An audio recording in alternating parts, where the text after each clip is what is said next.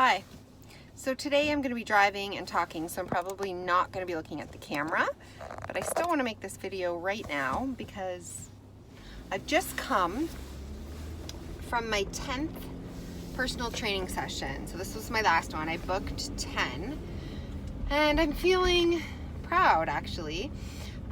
So I was doing push-ups and squats and different kind of weights and all kinds of different movements that I haven't done in years and years. You know, I haven't done this since before I've been sick, so I probably haven't done anything like this for about 7 or 8 years now. And I just decided, you know what, I'm going to book these sessions whether I'm ready or not. And of course, I've been walking every day without fail for 8.5 months now, an hour a day. And I thought, okay, I'm just gonna push myself into this. So instead of just trying one, I booked a 10, and I've been going twice a week for 10 sessions, and I just got out of my 10th one, and I've improved so much. I mean, when I went in there, I could barely do the 5 push-ups and 5 rows and 5 squats, and now I'm just like doing so much more. I don't know that I'm ready for a full-on CrossFit class. You know, the guy was trying to say book 10 more with me. There's an option of doing like a seniors, they call it a legends class, which with senior citizens who have been doing CrossFit for a while, like this kind of a class. And then there's the regular one. Now, we did say that I'm probably another 10 personal sessions away from being able to join the regular class. And financially speaking right now, I just don't know that, you know, I want to go in another $500 for 10 more sessions. But it's been life-changing in the sense that was many days I couldn't lift my hands up to reach the glasses in the cupboards. I could barely walk down the stairs, and I'm thinking, oh man, I have gone too far. I have really pushed this too far. This is not great.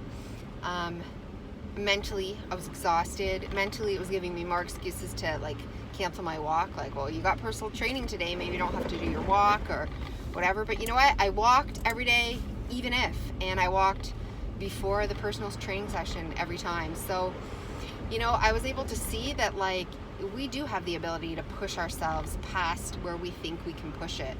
And you know, if I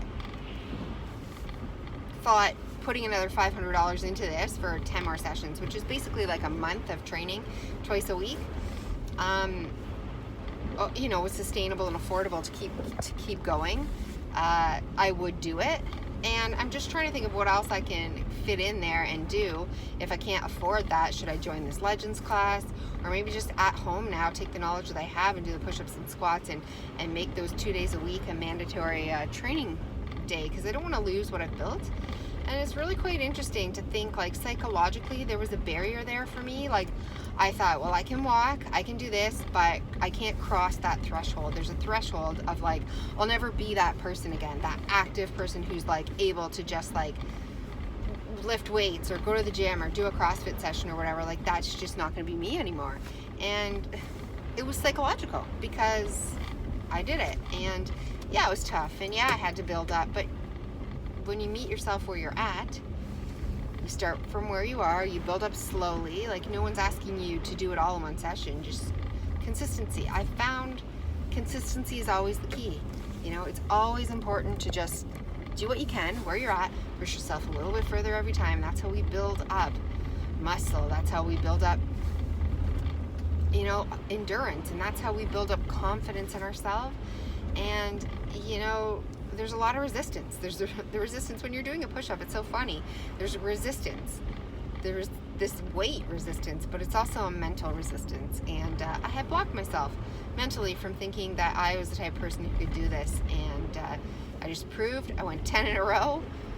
Still continue to do my walk, and I'm still continuing to function. And yeah, sometimes I'm sore for a couple days after. I could barely walk up and down the stairs, but it didn't set me back, which was what I was afraid would happen. That's going to bring it all back. It's going to bring all back the symptoms. I'm going to lose all my progress, and I'm finding more and more and more it's a mental shift. It's a mental game. It's what you believe you will get. And because I believed that I would not be set back by this, that this would make me stronger, this would make me healthier, I was going to be able to do this, I did. You get what you believe. And so, you know, this one is kind of like a braggy video here, but it's not meant to be braggy. It's meant to show you, like, look what I did. You can do this too. You can absolutely do it. You take where your mental barrier is and you start to move into that. You start to push into that. You say, I can do that. I'm going to start slowly, but I'm going to be able to do that. That's absolutely what I'm going to be able to do. And you just build that confidence mentally and physically as you go. And yeah, so I hope this video has been helpful, and I hope it inspires you to try something new, to get out of your comfort zone, to push yourself past your mental barriers, past your mental blocks, past what you think is possible for you. Maybe you don't feel like it's possible to be social or get in a relationship or hold down a job or, you know, travel or do any kind of your dreams in any kind of a way. You're waiting to be better. Well, stop waiting. Move forward anyways. Move past those mental blocks. You can do it as is. Start, build up slowly, and just go for it. I mean, that's the only way truly that these things happen. So I wish you luck.